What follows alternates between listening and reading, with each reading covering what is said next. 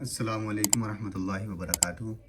उम्मीद है आप सब खैर खैरियत से होंगे, सेहत तबीयत ठीक होगी, पढ़ भी रहेंगे होंगे और पढ़ा भी रहे होंगे। तो ये एक बहुत अच्छा प्रोफेशन है, मतलब स्टडी आप कर भी रहे हैं और स्टडी का ज़रिया भी बन रहे हैं कि लोग आपसे सीख सकें। तो शुरू करते हैं अपने जो फार्मास्यूटिकल साइंसेज हमने शुरू किया है उसका ऑर्गेनिक केमिस्ट्री का लेक्चर। आज विटिक रीअरेंजमेंट रिएक्शन हम पढ़ेंगे, जो हमारे रीअरेंजमेंट रिएक्शन चाह रहे थे उसी को हम आज कंटिन्यू करेंगे। सबसे पहले हम देखते हैं विटिक रिएक्शन होता क्या है। मतलब विटिक रीअरेंजमेंट एक ऐसा रिएक्शन है जिसके अंदर आपने क्या करना है जी, एक अल्कीन को बनाना है। अब ये अल्कीन जो है कहाँ से बनेगा, मतलब हम पेरेंट कंपाउंड से हम कंपाउंड का नाम रख रहे हैं कि वो कीटोन या हम एल्डिहाइड से उसको बनाएंगे। अब इसके साथ साथ हम मतलब जो इसके रिएक्शन इंटरमीडिएट्स हैं या आप रिएक्टेंट्स कर लें, उसके अंदर हम बहुत ही इंपॉर्टेंट चीज़ें इस्तेमाल करेंगे। चीज़ें कौन सी हैं जी? कीटोन है जो कि पेरेंट कंपाउंड है, मतलब उसके मॉलिक्यूल्स लेंगे। इसके साथ एक HBr लेना है, हाइड्रोजन ब्रोमाइड, और साथ में एक ट्राइफिनाइल फॉस्फीन कंपाउंड लेना है। ये नाम सुनने में नया होगा, लेकिन ट्राइफिनाइल फॉस्फीन एक ऐसा कंपाउंड है जिसमें फास्फोरस के साथ 3 फिनाइल ग्रुप्स अटैच होते हैं। तो शुरू करते हैं जी आगे।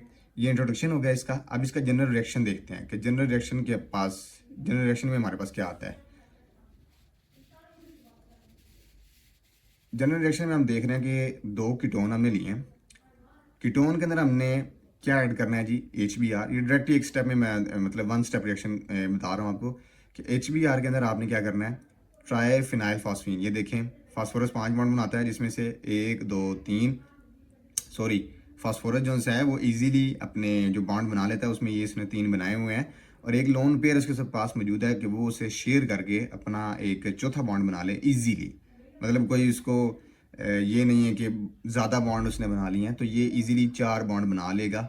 मतलब नीड के बेस पे अगर वो ज़्यादा बनाना भी चाहे तो बना सकता है। जिस तरह नाइट्रोजन है वो भी NH4 पॉजिटिव की फॉर्म में अपीयर हो जाता है। तो ये हमारे पास एक अल्कीन बनाएगा। अब इससे आगे देखते हैं कि आगे क्या है जी। आगे इसका मैकेनिज्म है। मैकेनिज्म के अंदर स्टेप्स इसके बहुत इंपॉर्टेंट हैं, जिस तरह डिहाइड्रेशन है, न्यूक्लियोफिलिक अटैक है। इनके साथ साथ नेक्स्ट हम चलेंगे तो उसके अंदर हमें पता चलेगा कि रीअरेंजमेंट रिएक्शन के अंदर ही रीअरेंजमेंट कंपाउंड की हो रही होती है। मतलब अब आप देखें, नाम है कंपाउंड जो रिएक्शन है उसका नाम है विटिक रीअरेंजमेंट। तो रीअरेंजमेंट क्यों रखा है? क्योंकि with in the compound rearrangement हो रही है। अरेंज हुए होंगे कंपाउंड, लेकिन उनमें बॉन्ड शिफ्टिंग होगी, बॉन्ड ब्रेकिंग होगी, नए कंपाउंड जुड़ेंगे। तो इसकी वजह से हम इसे रीअरेंजमेंट रिएक्शंस कहते हैं। अब मैकेनिज्म में फर्स्ट स्टेप है डिहाइड्रेशन का। डिहाइड्रेशन आपको पता है सबको कि रिमूवल ऑफ वाटर होती है। अब इसके अंदर आपको एक ही ऑक्सीजन नजर आ रहा है, हाइड्रोजन ये है, एक हाइड्रोजन में रिक्वायर्ड है। तो एक हाइड्रोजन मतलब नेसेंट हाइड्रोजन यहाँ पे हम ऐड नहीं करेंगे, मॉलिक्यूलर हाइड्रोजन हम ऐड करेंगे।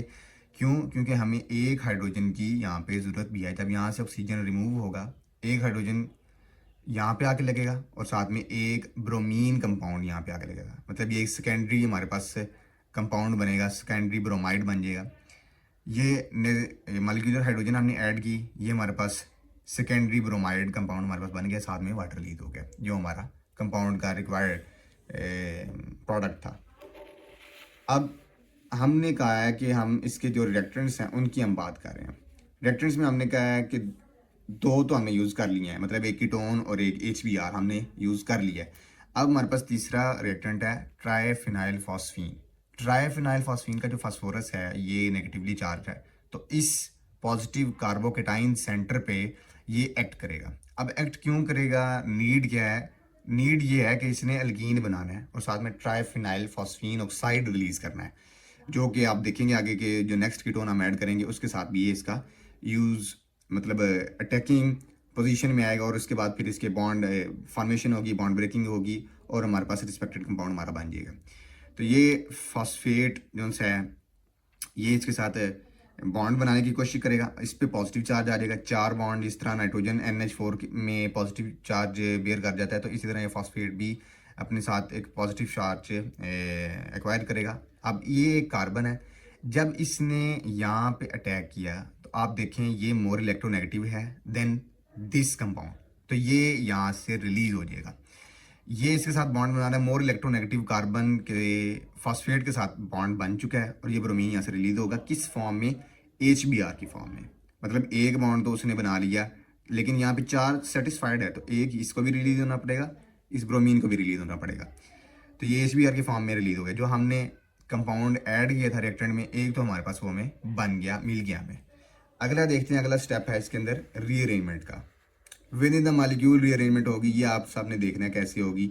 देखते हैं जी, रीअरेंजमेंट हो रही है, किस तरह हो रही है कि ये जो कंपाउंड हमने लिया था, ये सॉरी मैं इसका नाम आपको बताना भूल गया, इसको हम यिलाइड कहते हैं, जिसमें फॉस्फेट पॉजिटिव है, उसके साथ 3 फिनाइल, ये पीएच मैंने फिनाइल का लिखा हुआ है, ये अटैच होते हैं इसके साथ, और कार्बन के ऊपर नेगेटिव चार्ज आ जाता है। तो इस कंपाउंड को हम कहते हैं ट्राई फिनाइल फॉस्फीन यिलाइड।